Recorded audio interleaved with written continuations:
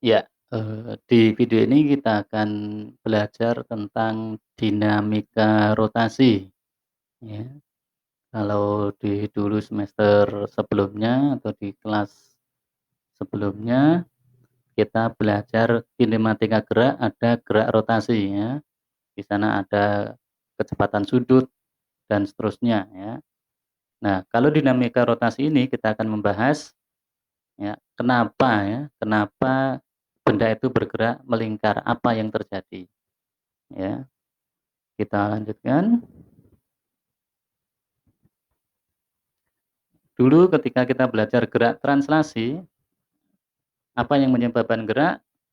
Ya, biasanya dulu adalah F sama dengan M kali A, ya, atau hukum 1, 2, 3 Newton itu. Di sana yang berperan adalah F, gayanya. Nah, ketika di gerak rotasi, ya, yang menjadi penyebabnya adalah torsi, ya. Torsi itu apa? Kita akan bahas setelah ini, ya. Torsi, lambangnya T Latin seperti itu. Ya. Torsi di sini ditulis adalah kecenderungan dari sebuah gaya untuk merotasikan sebuah benda terhadap sumbu tertentu, ya. Sumbu tertentu dalam hal ini bisa juga disebut, kalau gerak melingkar kemarin adalah pusat rotasi, ya, seperti itu, ya. Nah, gerak rotasi eh, bisa kalian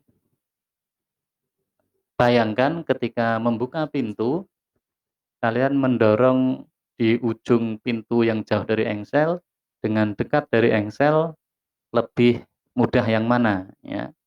Lebih mudah yang mana? Tentunya akan terasa lebih mudah ketika mendorongnya jauh dari engsel, ya. Nah, itu berarti torsinya akan menjadi lebih besar. Jadi menurut persamaan, torsi itu sama dengan R kali F, ya. R kali F.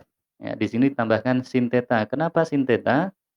Karena R di sini, ya, eh, R adalah lengan momen atau lengan torsi di sini harus tegak lurus dengan F, ya. Harus tegak lurus dengan F. Jadi dengan persamaan F sin theta, nanti RF sin theta nanti sudah pasti ditemukan adalah yang tegak lurus dengan R, ya. Jadi ketika nanti sudutnya tetanya 0, tentu F-nya nanti nilainya akan 0 atau tidak terjadi torsi atau putaran, ya. Diilustrasikan itu, ya, misalkan di gambar ini, ya, misalkan ini sudutnya lurus, yang ini, ya, yang ke arah FR, jika pusat rotasinya di sini atau sumbunya, maka dipastikan benda ini atau pintu ini tidak akan bergerak atau tidak akan berputar, ya. Nah, maka dari itu persamaannya adalah tau atau torsi sama dengan RF sin theta. Ingat, ya, sin theta, ya, di sini. Jadi gaya di sini, jadi F yang ke sana, F ini, ya, bisa dipecah menjadi yang arah FR dan FT. Yang menyebabkan geraknya melingkar adalah yang FT, ya, FT. Sementara yang FR ini dia tidak akan menyebabkan berputar, ya. Nah, FT ini besaran adalah sin theta kali F. Maka terjadilah rumus RF sin theta. Tentunya ketika R dan F sudah membentuk sudut siku-siku, maka tidak perlu ada sin theta. Kita ketahui kalau sin 90 sama dengan 1, ya. Itu adalah torsi atau momen gaya. Ya, yang kedua, ya, arahnya seperti apa, ya. Itu adalah gambar tangan kanan menggenggam, ya, dengan jempol seperti itu, ya. Ini bukan like, ya, tapi kalian perlu dihafalkan. Jadi arah torsi itu selalu tegak lurus terhadap bidang yang ada lengan torsi dan juga gaya, ya. Jadi misalkan tadi di slide sebelumnya. Jadi ini ya lengan torsi di sini, kemudian lengan torsi kanan kiri ya, kemudian gayanya yang membuat bergerak kan yang ke atas, atas bawah. Nah, maka, torsinya itu tidak tidak arah atas bawah atau kanan kiri, tapi ke depan atau ke belakang, menjauhi atau mendekati layar. Nah, sebagai ilustrasi adalah ini tangan kanan, kita sering pakai aturan tangan kanan, ketika menggenggam seperti ini, ya, kemudian empat jari ini menunjukkan arah putaran, arah torsinya adalah jempol ya, yang ke arah jempol, ini harus tegak lurus. Jadi dalam hal ini berarti kalau dilihat dari atas, jarinya, berputar berlawanan jarum jam, kemudian jempolnya ke atas, kalau dilihat dari atas. Ya, di sini ya, arah torsi tegak lurus terhadap bidang yang memuat lengan dan gaya.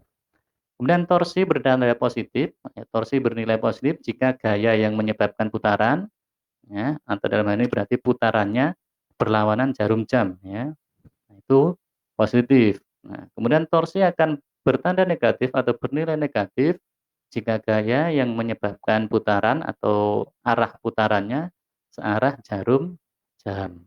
Ya, tolong diingat-ingat. Yang berikutnya yang kita pelajari adalah momen inersia atau I, ya. Momen inersia yaitu kelembaman benda untuk berotasi karena adanya pengaruh dari torsi yang bekerja pada suatu benda. Kelembaman itu berarti kemampuan untuk mempertahankan diri. Semakin dia lembam atau kelembamannya tinggi, maka semakin susah dia untuk diputar atau ketika dia berputar akan susah untuk dihentikan, ya.